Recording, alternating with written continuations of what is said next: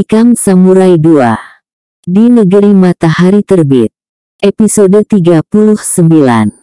Perasaan terpendam Hanako. Aku telah mengenal abangmu, Hanako. Kami telah berkenalan sejak di kapal. Dan aku telah mengenal adikmu, Kenji. Kami berkenalan malam tadi. Di terowongan di daerah Yotsuya. Mereka lalu mencari tempat duduk di taman itu. Dan Hanako lalu menceritakan pada Kenji bagaimana nasibnya di rumah Kawabata. Dan bagaimana dia dibela si bungsu pagi tadi. Kenji tiba-tiba berlutut di depan si bungsu. Dia bersujud di tanah seperti halnya kaum Yudoka memberi hormat. Di antara air mata dan isaknya yang tertahan, terdengar suaranya bergetar mengucapkan terima kasih. Domo arigato gozaimu bungsu-san. Domo arigato gozaimasu. Si bungsu jadi kaget melihat sikap Kenji ini. Dia cepat-cepat memegang bahu Kenji. Kemudian membawanya berdiri. Saya gembira kalian berkumpul, Kenji. Saya gembira. Bersyukurlah pada Tuhan. Dia berkata penuh haru. Kenji adalah seorang pemuda Jepang di kapal Ichimaru yang ditumpangi si bungsu dari Singapura ke Tokyo. Kapal itu adalah kapal Jepang. Tapi orang Jepang yang bekerja di sana hanya 4 orang. 3 orang terdiri dari nahkoda, mualim kepala bahagian mesin. Sedangkan Kenji adalah stirman 2 di bawah mualim 2. Selain mereka berempat, awak kapal yang lain terdiri dari orang Inggris, Amerika dan Cina. Kapal Jepang itu dicarter oleh perusahaan Inggris untuk mengangkut barang-barang dari Inggris ke Jepang melalui Singapura setelah berakhirnya Perang Dunia II. Di kapal itulah mereka berkenalan. Kenji tahu bahwa tentara Jepang menjajah Indonesia. Tentara yang menjajah negerimu bungsu-san. Bukan bangsa Jepang. Bangsa kami bukan bangsa agresor. Saya berani bertaruh, semua penduduk sipil Jepang tak setuju dengan ekspansi tentara Jepang ke negeri-negeri Asia. Tapi penduduk sipil tak punya daya apa-apa bila bedil dan mesiu telah berbunyi. Demikian Kenji pernah ngomong di suatu saat di kapal pada si bungsu. Dia termasuk pemuda-pemuda Jepang yang secara diam-diam menentang penjajahan yang dilakukan pihak militer. Si bungsu hanya menarik nafas panjang. Kenji adalah perwira muda di kapal itu yang usianya tak jauh beda dengan si bungsu. Barangkali mereka sebaya. Perkenalan mereka bermula ketika si bungsu mencari kamar di kapal itu. Karena kapal itu bukan kapal penumpang, melainkan kapal barang, maka para penumpang biasanya menempati D atau kalau akan menyewa kamar, mereka menyewa kamar para awak kapal. Si bungsu menempati sebuah kamar. Dan kamar itu adalah kamar Kenji. Dia menyewa kamar tersebut pada Kenji. Sudah lazim bagi awak kapal menyewakan kamarnya kepada para penumpang untuk sekedar penambah uang rokok. Persahabatan mereka terjalin secara perlahan tapi akrab. Dari si bungsu Kenji banyak mengenal Indonesia. Selain cerita tentang Indonesia, dia juga belajar bahasa Indonesia dari si bungsu. Kapal kami sudah 2 kali berlabuh di Priok dan sekali di Surabaya. Saya sulit turun ke darat karena tak mengerti bahasa Indonesia, kata Kenji. Dia giat belajar selama pelayaran. Dan sebagai tukarannya, Kenji mengajarkan pula bahasa Jepang pada si bungsu. Ternyata kedua mereka maju dengan pesat dalam pelajaran masing-masing. Untuk apa kau datang ke Jepang? Suatu saat ketika kapal mereka akan merapat di pelabuhan Tokyo, Kenji bertanya. Si bungsu menatap Kenji sesaat. Kemudian melemparkan pandangannya ke Pulau Honshu yang kelihatan sayup-sayup di balik kabut. Pulau Honshu adalah pulau terbesar di antara kepulauan di negara Jepang. Di kapal Ichimaru terletak kota-kota besar Jepang seperti Tokyo, Kyoto, Nagoya dan Osaka. Pandangannya seperti menembus kabut. Wajahnya datar seperti danau tak beriak sedikit pun. Ada api yang marak di dadanya. Ada teluk dendam yang alangkah dalamnya dan alangkah berpiuhnya di relung hatinya. Namun semuanya tak berbekas keluar. Dan Kenji seperti dapat merasakan semuanya. Seperti mengetahui ada sesuatu yang bergelora dan berbuih di hati sahabatnya ini. Dia merasakannya, meski tak tahu dengan pasti. Tak usah kau katakan Bung Susan. Saya hanya mendoakan, agar apa yang kau cari, kau temui. Dan saya berdoa agar engkau bisa kembali ke negerimu dengan selamat dan dengan perasaan yang tenteram. Kenji akhirnya berkata, "Terima kasih, Kenji-san," katanya perlahan. Dan apa maksud kedatangannya ke Jepang ini? Semenjak pertanyaan pertama itu, tak lagi pernah diungkit oleh Kenji. Namun kini, setelah dia bertemu dengan adiknya Hanako, setelah dia ketahui bahwa adiknya diselamatkan oleh si bungsu dengan samurai, Kenji kembali ingin mengetahui apa maksud kedatangan anak muda ini. Mereka kini tinggal serumah. Kenji dengan ketiga adiknya. Dan si bungsu. Kenji mempunyai uang yang cukup banyak dari penghasilan menjadi stirman di kapal Ichimaru selama 5 tahun.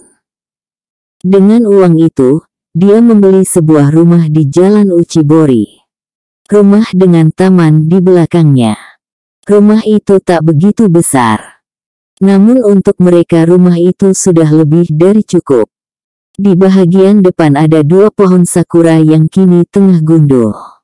Dan untuk kamar si bungsu, Hanako memilihkan kamar depan yang bagus. Namun si bungsu meminta kamar yang di belakang. Soal kamar ini sempat membuat Hanako jadi merajuk. Soalnya dia telah memilihkan 2 kamar terbaik untuk kedua pemuda itu.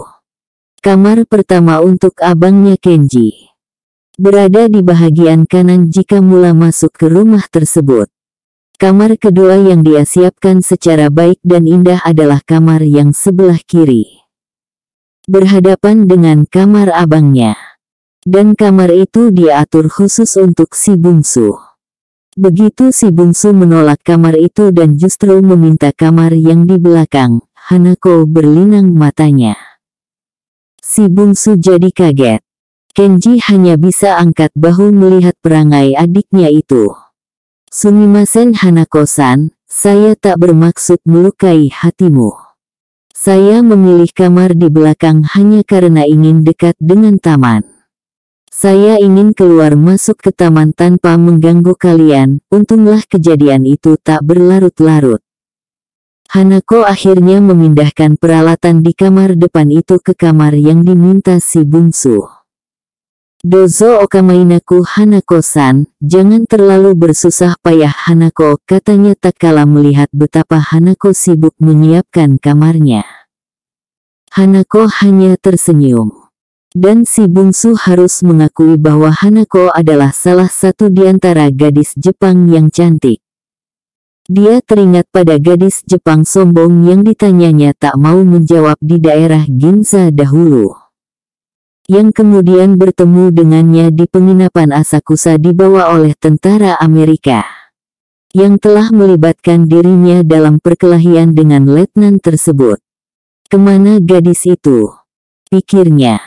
Apakah gadis itu selamat atau tidak? Dia memang tak mengetahui apa yang terjadi setelah itu. Gadis itu seorang mahasiswi. Malam itu diangkut ke pusat bala tentara Amerika di Jalan Hibiya di pusat kota. Dia diinterogasi. Siapa yang telah membunuh kedua tentara Amerika itu? Gadis itu membayangkan kedua tentara Amerika. Gadis itu membayangkan lagi wajah anak muda tersebut. Mula pertama dia masuk ke hotel itu dia segera ingat anak muda itu adalah anak muda yang bertanya padanya di daerah Ginza 2 hari sebelumnya. Dan dia ingat betul, bahwa dia merasa benci pada anak muda asing itu. Anak muda itu pastilah orang Filipina atau Indonesia. Dan kedua bangsa itu dia benci karena perang dengan kedua bangsa itu telah memisahkan dia dengan ayahnya. Kau kenal siapa lelaki yang membunuh letnan itu? Polisi militer Amerika itu bertanya kembali. Gadis itu mengangguk. Siapa dia? Dia membunuhnya dengan samurai, gadis itu berkata pasti. Ya, kami tahu itu.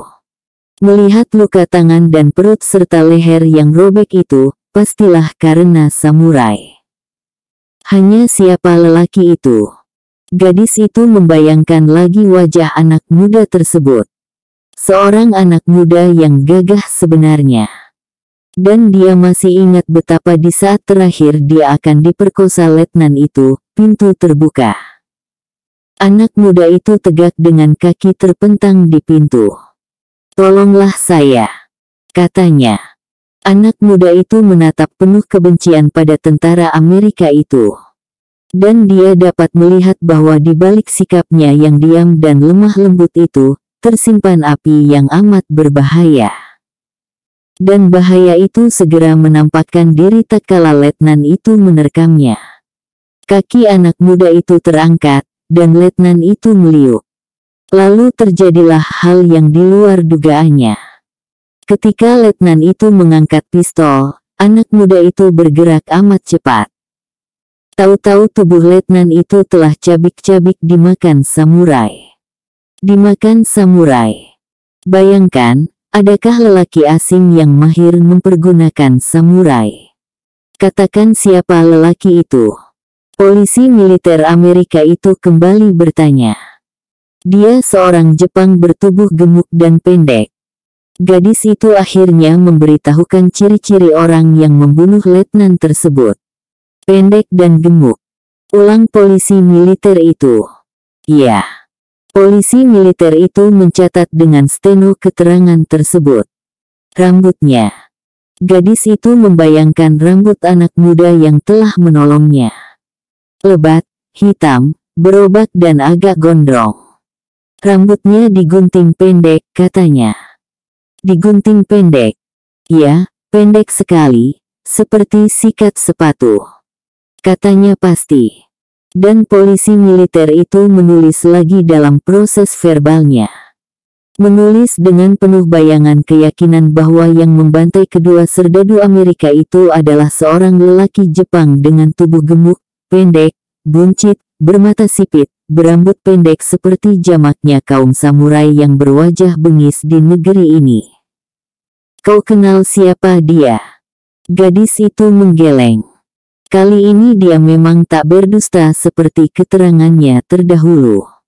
Dia memang tak kenal sedikit pun dengan pemuda yang menolongnya itu. Dan dia menyesal kenapa tak mengenal sebelumnya. Kemana dia sekarang? Pikirnya sambil membayangkan orang asing bersamurai itu. Waktu Nona masuk, ada seorang anak muda asing di kamar itu. Nah, waktu kejadian ini di mana dia? Gadis itu berdebar. Dia khawatir kalau anak muda itu tertangkap karena keterangannya. Saya tak tahu di mana dia. Tapi menurut hemat saya dia melarikan diri begitu mendengar tembakan. Iya. Cocok dengan keterangan pemilik penginapan. Anak muda itu pasti telah melarikan diri karena takut. Dan pemeriksaan terhadap gadis itu berakhir. Dia dilepas. Dan gadis itu kembali menjalani tempat di mana dia pernah bertemu dengan anak muda itu. Dia berharap bisa bertemu untuk mengucapkan terima kasih.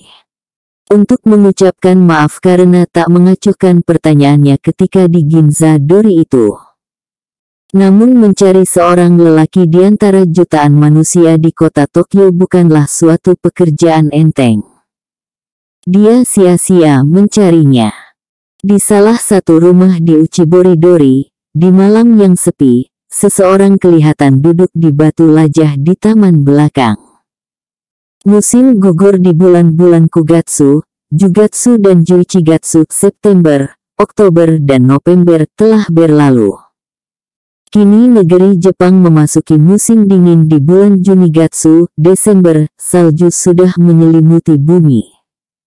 Musim dingin bersalju ini akan berakhir pada bulan Februari. Makin lama udara makin dingin menusuk. Semua orang mengenakan pakaian tebal yang terbuat dari bulu atau wool, atau memakai kimono yang berlapis.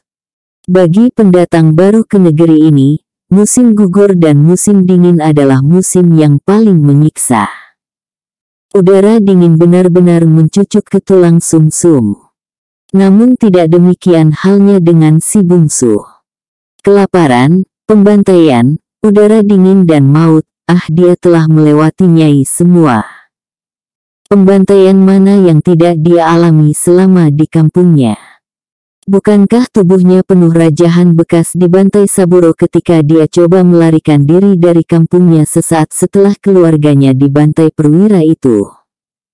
Bukankah jari jemarinya dan tubuhnya juga dicencang oleh kempetai di dalam terowongan rahasia di bawah bukit tinggi ketika dia ditangkap bersama seorang pejuang bawah tanah di kota itu? Kelaparan dan udara dingin mana pula yang tak dia rasakan ketika bertarak di Gunung Sago dahulu? Memang tak ada salju di sana. Tapi dinginnya udara bila musim hujan atau malam hari, lebih parah daripada selusin musim salju. Apalagi keadaannya waktu itu dalam sakit parah. Dan saat itu bukankah dia juga harus mempertahankan hidupnya dari dicabik-cabik binatang buas yang berkuasa mutlak di gunung yang tak pernah dijamah manusia itu? Ternyata dia turun dari gunung itu dalam keadaan hidup. Justru itulah musim dingin di Jepang ini tak ada pengaruh terhadap dirinya.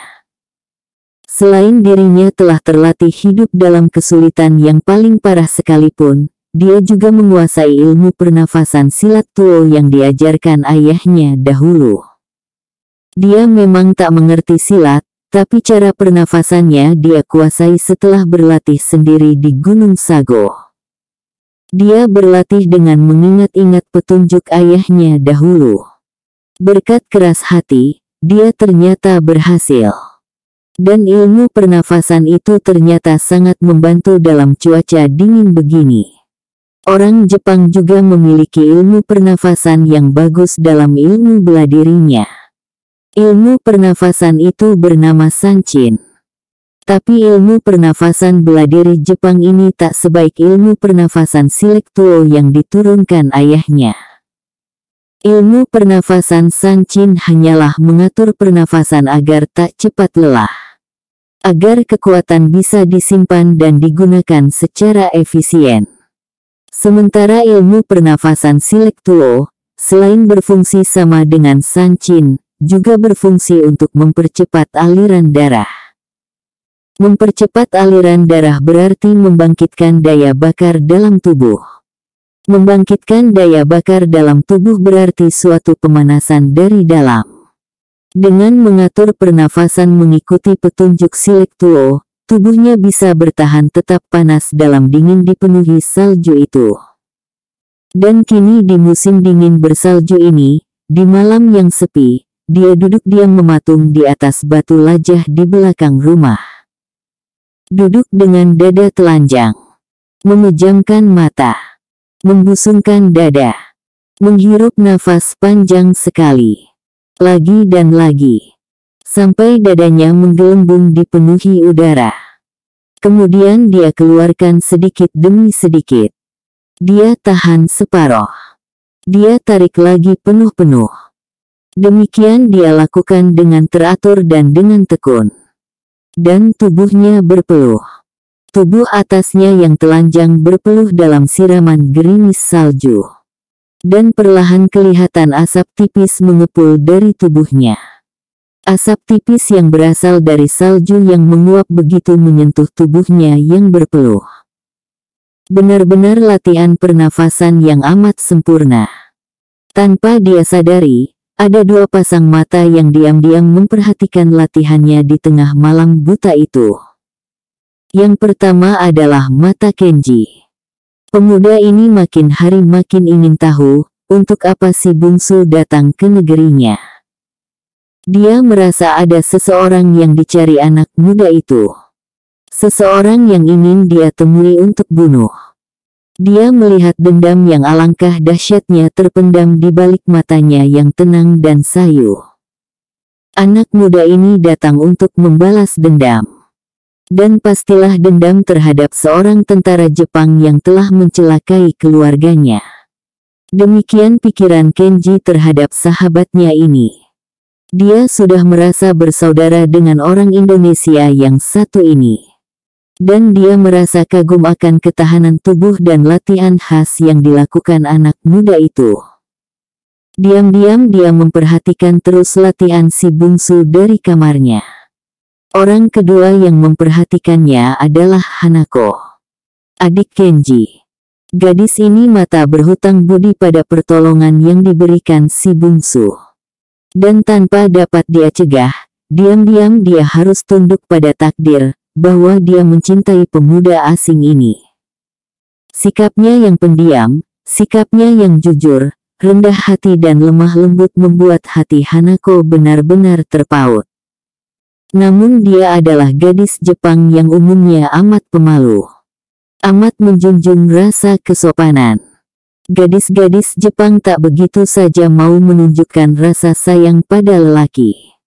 Dan keadaan dirinya yang tak lagi suci menyebabkan gadis ini tahu diri. Dia tahu setiap lelaki menginginkan kesucian calon istrinya. Dan Hanako akhirnya hanya bisa menghapus air mata jika teringat betapa dirinya telah ternoda berkali-kali oleh jahanam Kawabata anggota Yakuza terkutuk itu. Kawabata, lelaki jahanam anggota Yakuza itu ternyata memang tak pernah melupakan Hanako. Gadis cantik itu sangat merangsang birahinya. Dan sejak gadis itu melarikan diri dari rumahnya, dia telah menyebar beberapa anak buahnya untuk mencari jejak gadis tersebut. Dan bagi Yakuza tak sulit mencari jejak seseorang di seluruh Jepang. Negeri ini berada dalam cengkraman mereka. Mereka mempunyai jaringan di seluruh kota dan desa. Organisasi mereka benar-benar hebat, mengalahkan organisasi kepolisian Jepang. Itulah sebabnya dalam waktu yang tak begitu lama jejak Hanako segera diketahui. Mereka mengetahui bahwa Hanako tinggal bersama abangnya, bekas awak kapal Ichimaru. Tinggal di sebuah rumah di Jalan Uchibori. Dan mereka lalu mematai-matai rumah itu. Siang itu si bungsu sedang duduk di beranda depan ketika dari seberang sana dia dengar suara-suara bentakan. Berkali-kali dan berulang-ulang. Suara itu sudah beberapa hari ini dia dengar dan berasal dari sebuah gedung besar. Dia melihat banyak orang berdatangan. Umumnya anak-anak muda. Tapi selain anak muda juga orang-orang tua. Hanako-san, Asoko ni nani ga arimasuka, dik Hanako, di sana ada apa? Tanyanya pada Hanako sambil menunjuk ke rumah besar di seberang sana. Hanako menoleh ke arah yang ditunjuk si bungsu. Ke gedung besar jauh di seberang sana. Itu gedung budokan. Budokan. Ya, tempat apa itu? Di sana tempat orang-orang berlatih judo. Bang Kenji dahulu juga berlatih judo di sana, dia belajar judo di sana. Iya. Dia malah sudah menjadi sensei dengan tingkat dan 3 sebelum berangkat jadi pelaut. Apa itu tingkat dan 3? Pemegang. Dan adalah pemegang sabuk hitam. Dimulai dari Dani setelah naik dari sabuk coklat, si bungsu manggut-manggut. Abang juga seorang karateka tingkat dan 2, pergilah ke sana, abang sedang latihan di sana, Hanako berkata. Bersambung ke episode 40.